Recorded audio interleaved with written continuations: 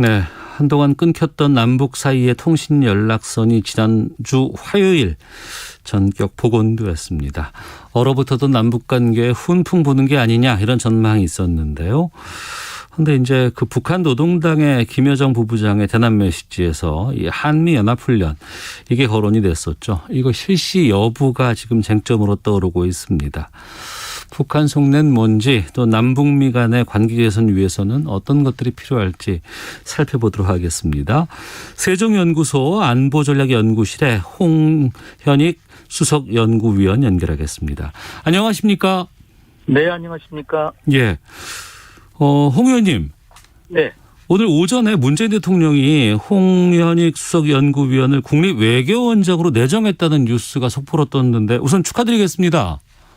예, 감사합니다. 예, 앞으로 어깨가 무겁습니다. 외교원장 되시면 어떤 역할을 해나갈 계획이신지요?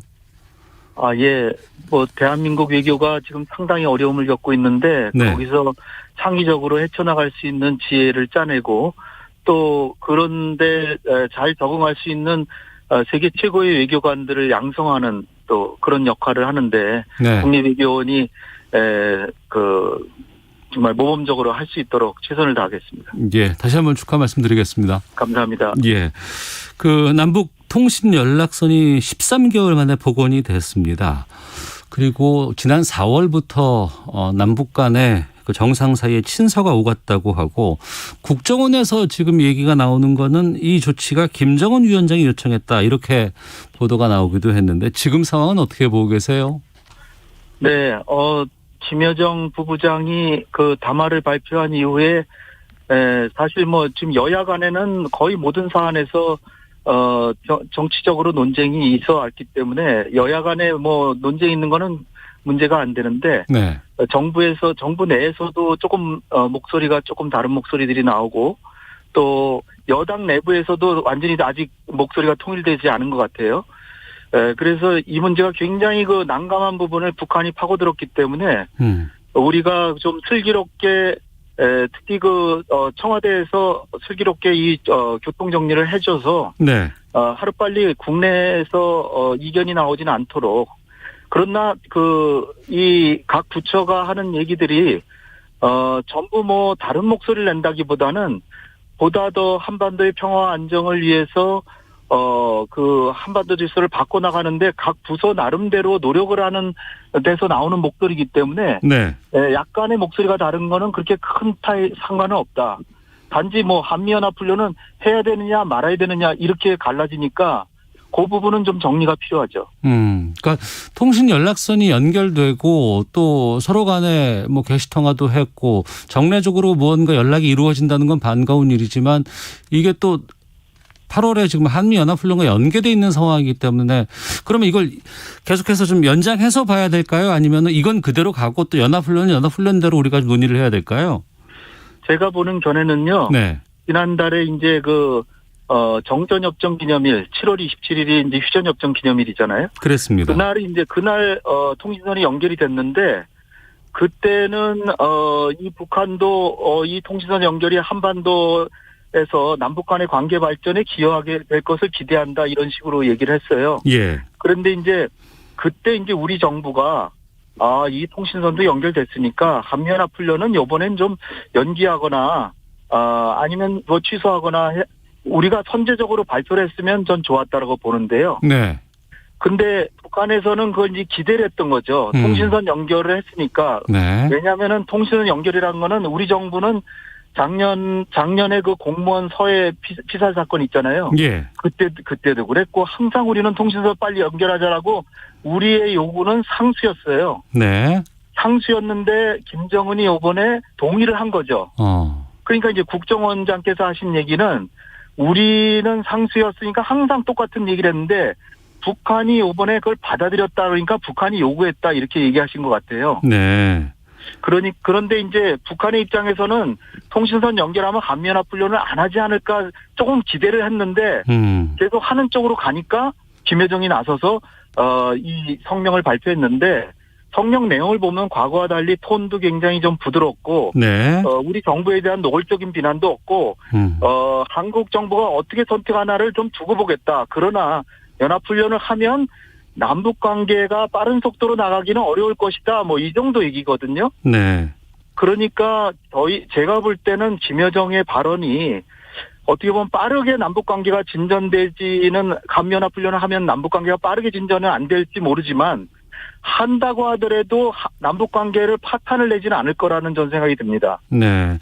그러니까 지금 김여정이 사실 상당히 신뢰를 한 게 감면합훈련하기 한 달 전이라도 북한의 공식 입장은 이렇다라고 얘기했으면 좀 시간 여유가 있기 때문에 우리 정부가 조금 미국하고 상의를 해서 한번 생각해 볼 수 있는데 네. 지금은 사실상 감면합훈련을 하고자 하는 미군들이 많이 들어와 있거든요. 이미 들어와 있는 상황이군요. 들어와 있으니까 여기서 지금 중단한다 그러면 한미관계에 문제가 생겨요. 그러니까 아무리 북한이 원한다고 해도 이번 경우에 저는 사실 통신선 연결하면서 그때 그냥 이니셔티브를 잡아서 이번엔 미국엔 좀 미안하지만 남북 관계의 한반도 평화의 봄을 다시 맞는 게 너무나 중요하기 때문에 이번엔 좀 연기합시다.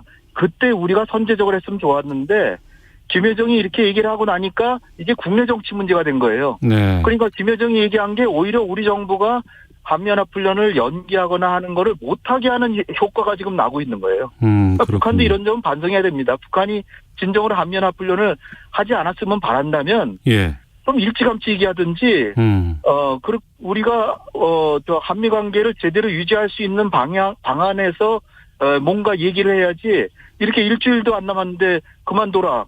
그거는 사실 좀 김여정 스스로도 우리가 연합훈련을 안 하리라고 생각하지는 않았을 거라고 좀 봅니다. 네. 김여정 부부장의 그 성명 내용을 보면 지금과 같은 중요한 반전의 시기에 진행되는 군사연습은 북남 관계 앞길을 더욱 흐리게 할 수 있다. 그런데 말씀하신 것처럼 이 메시지의 톤을 보면은 과거에 강경했던 것과는 상당히 좀 차이가 있어 보이고.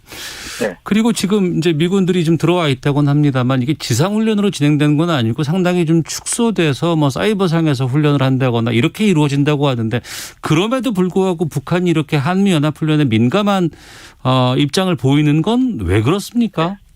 일단 북한은 뭐 규모가 크든 작든 항상 한미연합훈련하면 반발해 왔고요. 예. 요번에도 뭐 그런 거라고 볼 수 있지만 요번에 지금 반발하는 것은 남북 간의 관계를 개선하려고 그러는데 한미연합훈련 내용 때문에 저는 그렇다고 봐요. 네. 내용을 보면 작게 5015라고 해서 옛날엔 작게 5016, 5027, 뭐 5029 이렇게 나갔는데 네. 그것이 과거에 이명박 박근혜 정부 때 5015로 통일됐습니다. 근데 5015가 이제 실현이 되는 거거든요. 도상으로. 네. 컴퓨터 시뮬레이션과 지도상에서 실현이 되는데 내용을 보면 북한의 핵 공격이 임박했다라고 간파가 되면 선제 공격하는 내용이 들어있어요. 근데 그걸 수백 군데를 우리가 먼저 공격합니다. 네. 그럼 북한 입장에서는 공격을 당하는 거잖아요. 어쨌든 간에. 네. 그다음에 북한의 급변 사태가 나는 걸 대비해서 안정화 작전 훈련하는데 그거는 한미연합군이 북한으로 진격해서 주민들을 다독거리고 사회 치안 질서를 유지하는 거예요. 그러니까 북한을 점령하는 겁니다.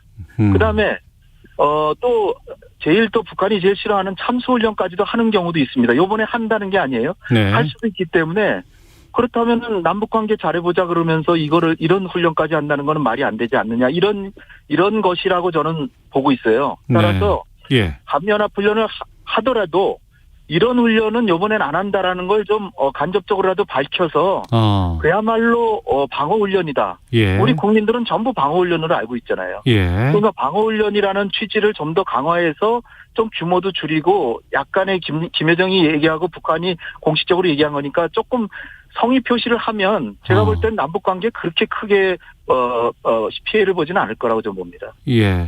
그러니까 한미연합훈련은 예정대로 하되 방어훈련 위주라든가 아니면 이제 수위를 좀 낮춘다거나 아니면은 훈련의 강도를 좀 변화시키는 그런 것으로 나가는 게 바람직하다고 전망하시네요.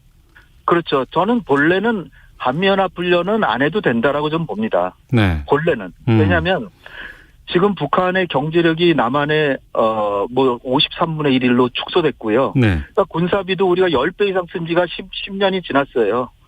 10배 이상 쓴 지가 10년이 지나서 재래식 군사력을 우리가 더 우세하거든요. 그러니까 한미동맹의 지금의 진정한 의미는 네. 물론 전면전이 벌어지면 우리 군의 피해를 줄이고 보다 쉽게 북한군을 경멸할 수 있지만 가장 중요한 거는 우리는 국제사회에 책임 있는 일원으로서 핵을 개발하지 않았는데 북한은 했잖아요. 그러니까 북한의 핵에 대해서는 우리가 방어 능력이 없거든요. 네. 그러니까 우리가 국제사회의 신의를 지키고 미국의 요청에 따라서 핵을 개발 안 했으니까 미국이 우리에게 핵우산을 씌워주는 게 가장 중요한 한미동맹의 역할인데 따라서 이 도상훈련으로 하는 국지 전쟁에 대한 연습 이런 거는 사실은 한반도 평화 프로세스가 작동되는 때는 좀 안 해도 되지 않을까 저는 그런 생각을 하는데 요번 경우는 좀 다른 게 김여정이 일주일 남겨놓고 하지 마라 그런다고 우리가 안 하면은 네. 국가 위신도 그렇고 군의 사기도 그렇고 한미 관계도 그렇고 너무나 피해 보는 게 많으니까 예. 요번의 경우는 하되 좀 수위는 좀 줄였으면 하는 그런 바람이죠. 예. 게다가 지금 우리가 전시 작전권 환수 같은 것들이 좀 중요한 상황인데 이게 이 한미 연합훈련과 연계돼 있다는 건 무슨 말입니까? 저는 그 전시 작전권 전환은 매우 중요하다라고 보는데요. 네. 사실 벌써 한 1, 2년 전부터 미군은 코로나19를 핑계를 대면서 검증단이 들어올 수가 없다. 코로나 걸릴지 모르고 위험하다. 그래서 안 보냅니다. 검증단을. 네. 요번에도 규모를 줄이고 뭐 하더라도 벌써 내년까지 우리 대통령 임기신데 내년까지 그 전자권을 전환할 정도의 검증을 요번에 할 수는 없는 상황이에요. 네. 따라서 요번에 훈련을 안 하거나 한다고 해서 그것이 전자권 전환에 크게 영향을 미치진 않습니다. 물론 훈련을 하면 소규모로 하더라도 전자권 전환에 조금은 도움이 되겠지만 네. 결정적인 거는 아니라는 거죠. 네. 그러나 전자권 전환은 매우 중요해서 차기 정부 초기에 저는 반드시 전자권 전환은 우리가 능력을 갖춰서 빨리 해야 된다라고 저는 봅니다. 네. 그러면 홍 의원께서 예측하시고 전망하신 대로 우리가 소규모로 애초에 그 모든 것들을 다 하는 것은 아니고 한미 연합훈련을 하되 소규모로 진행을 된다 그러면 이후의 남북 관계는 어떻게 전망하세요? 물론 북한도 김여정이 그렇게 얘기를 했으니까 처음에는 이제 볼멘 소리도 하고 아마 단거리 미사일 발사 정도는 할 거라고 이제 보여지는데요. 네. 뭐 언론에서는 SLBM을 발사할지 모른다. 또 국정원에서 그렇게 봤다. 이렇게 얘기도 나오는데 SLBM 발사는 우리가 예상할 수 있는 가장 큰 도발이고요. 네. SLBM은 사실 북한의 미사일이 제주도까지 날아가는 미사일이 1000개 이상 있기 때문에 우리는 북한의 미사일이 새로운 미사일이 나타나도 아주 새로운 위협은 아니에요. 그렇기 때문에 이 SLBM 잠수함에서 발사하는 미사일은 오히려 미국 연안까지 북한의 잠수함이 가서 북한을 타격할 수 있는 걸 보여주는 거기 때문에 미국을 자극하는 거죠. 네. 그러니까 우리가 SLBM 발사한다 그래서 아주 크게 물론 안보에 좋을 건 없죠. 북한이 자꾸 이런 거 개발하면 우리한테도 해롭지만 그러나 이거는 미국이 소극적인 협상 태도를 보이는 데 대해서 항의하는 그런 것이다. 소극적인 협상 태도라는 거는 미국이 지금 조건 없는 대화를 하자고는 하지만 그렇다고 해서 북한이 지금 김정은이 최고 지도자가 얘기한 거는 대북 적대시 정책을 철회하거나 결정적으로 전환하지 않으면 대화하지 않겠다고 했는데 네. 그런 그 결정적인 행동은 하나도 하지 않는 거죠. 지금 미국은 그냥 조건 없이 대화에 나와라 그러니까 나와봤자 그 트럼프하고 김정은 위원장하고 정상회담까지 했는데도 미국이 아무 행동도 안 하는데 네. 지금 새삼스럽게 대화해야 무엇하나 이런 게 북한의 속셈이거든요. 네. 그러니까 지금 제일 중요한 건 우리 정부도 남북 관계를 잘해 나가야 되지만 미국이 좀 더 전향적인 태도를 보여서 지금 사실 남북 관계 그 경제력이 50배 차이면 미국하고 북한은 600대 1입니다. 네. 600분의 1밖에 안 되는 경제력을 가진 나라가 핵을 개발하니까 골칫덩어리다 이러면서 조금 성의를 보이면 얼마든지 해결할 수 있는데 성의를 덜 보인다고 저는 보고 있어요. 네. 조금 더 미국이 좀 전향적인 자세를 취했으면 하는 바람입니다. 뭔가 하나씩 풀릴 것 같으면서도 참 이게 진전이 되지 않는 게 남북 관계 또 북미 관계가 아닌가 싶은데 지금 문재인 대통령 임기가 말씀하셨던 것처럼 이제 9개월 정도밖에 남지 않은 상황에서 남북 관계 커다란 좀 변화라든가 개선 같은 것들이 있을 여지는 어떻게 보고 계세요? 우리 정부가 지금 저 대통령께서도 백신도 협력할 용의가 있다. 그리고 의료 진단 키트는 물론이고 의료 협력 또 철도도로 협력도 우리 정부는 계속 하려고 하죠. 네. 그런데 이제 제일 좋은 거는 남북 간의 관계만 가는 데는 한계가 있기 때문에 결국은 요번에 박지원 국정원장이 국회에서 얘기한 데 해답이 있다고 보는데요. 북한이 손을 내밀기보다 북한의 광물 수출을 조금 터주고 조금 완화해주고 제재 중이잖아요. 네. 광물 수출을 조금 하게 해주고 그 돈으로 의료품이나 아주 생필품 같은 거는 수입하고 할 수 있게 유류품 이를테면 정제유 같은 거 네. 그런 걸 해주면 북미 대화도 되고 북핵 문제도 진도를 나가면서 남북 관계는 순풍에 돛단 듯이 갈 수 있는데 미국은 제재는 절대로 안 풀어주겠다 그러니까 북한은 더 핵에 집착하고 아예 대화에도 안 나오고 한반도 정세는 이게 평화 쪽으로 갈 수가 없는 거예요. 그래서 네. 결국은 우리가 미국을 설득해서 그러한 그 제재를 조금 완화해주고 그러면서 북한의 체면을 살려주면 얼마든지 저는 북한이 대화에 나온다고 봅니다. 네. 지난주에 로이터 통신이 남북 정상회담 개최 논의 중이다 이런 보도를 내보냈고 청와대는 즉각 부인을 하긴 했습니다. 만남이 뭐 여러 가지 코로나 상황이라든가 이런 것 때문에 안 된다고 하더라도 좀 화상을 통한 비대면 회의 개최 같은 것들은 어떻게 보세요? 화상회담은 지금 우리 정부가 적극적으로 하려고 그러고 저 삼청동에 화상회의 준비 시스템도 다 시연해 본 적도 있고요. 지난 4월에. 예. 그리고 북한도 다 돼 있는데 연결만 하면 된다고 제가 알고 있거든요. 네. 그러니까 그 기술적으로는 큰 문제가 없는데 요는 북한의 의지인데 그 화상회담을 해서 북한이 얻을 게 뭐냐? 이거를 우리가 뭔가 줄 수 있을 때 회담을 해야지 그냥 회담만 해가지고는 성과가 없죠. 우리는 뭐 이산가족 상봉도 해야 되고 뭐 백신도 주고 싶고 아니면 백신은 우리가 생산을 못 하잖아요. 그다음에 뭐 의료기구 뭐 이런 것도 의료기구는 또 안보리 제재 걸리잖아요. 그러니까 결국은 한미 간의 협력이 돼서 어떻게든 북핵 문제를 해결하자고 하는 그런 컨센서스를 만들면서 화상회담을 해서 실적을 올리고 철도 도로 협력도 하면서 그게 거기까지 진전만 되면 얼마든지 정상회담도 된다고 보고요. 예. 근데 코로나 때문에 직접 양정상이 만나는 건 어려우니까 네. 화상 정상회담을 하고 금년 말에 이제 우리 면역체계 같은 게 좀 갖춰지고 김정은도 자신감이 생기면 내년 2월에 베이징 올림픽 있잖아요. 거기서 예. 남북 정상회담은 물론이고 남북 미중 4자 정상회담도 잘하면 할 수도 있지 않을까 저는 그렇게 봅니다.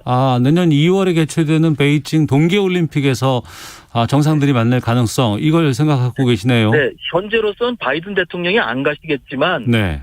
그렇지만은 문재인 대통령이나 김정은 위원장은 가실 가능성이 크니까 문재인 대통령이 예. 그러면은 우리가 시진핑 주석 계속 안 오고 있잖아요. 근데 우리가 한중 관계도 중요하니까 거기서 남북중 3자 회담이 된다 그러면 바이든이 빠지겠어요? 그럼 나도 가겠다 그렇게 오겠죠. 네. 근데 이제 그런 걸 외교적으로 어떻게 잘 창의적으로 아주 부드럽게 그리고 서로가 다 흔쾌한 마음으로 올 수 있도록 하는 그런 거를 조성하는 게 외교의 역할이라고 봅니다. 네. 9월에 뉴욕에서 제76차 유엔 총회가 있습니다.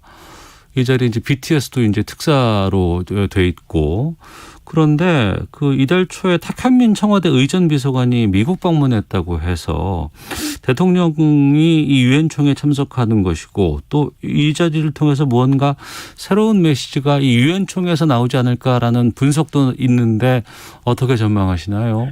문 대통령께서 사실 거의 매년 유엔에 가셔서 연설도 하시고 계속해서 북한의 한반도 평화공존의 시대를 열자 이렇게 얘기를 해오셨는데 네. 금년이라고 뭐 얼마든지 가실 수 있죠. 근데 이제 코로나 상황도 있긴 한데 문재인 대통령께서 마지막까지 한반도 평화를 위해서 반드시 기여하시겠다는 마음이 강하시기 때문에 네. 저는 가실 가능성도 꽤 있고 가능하다면 김정은 위원장도 와서 유엔에서 회담을 하는 것도 좋겠죠. 근데 김정은은 아직도 아마 코로나 상황이 북한은 아직 백신이 안 들어갔어요. 네. 그러니까 코로나가 큰 장애물입니다. 그렇군요. 알겠습니다. 9월에 있을 유엔 총회도 좀 기대를 해보도록 하겠습니다. 자, 지금까지 국립외교원장 내정자십니다. 세종연구소 안보전략연구실의 홍현익 수석연구위원과 함께했습니다. 오늘 말씀 고맙습니다. 감사합니다. 예. 자, 이 시각 교통정보 확인하고 돌아오죠. 교통정보센터 연결합니다. 임초희 리포터입니다.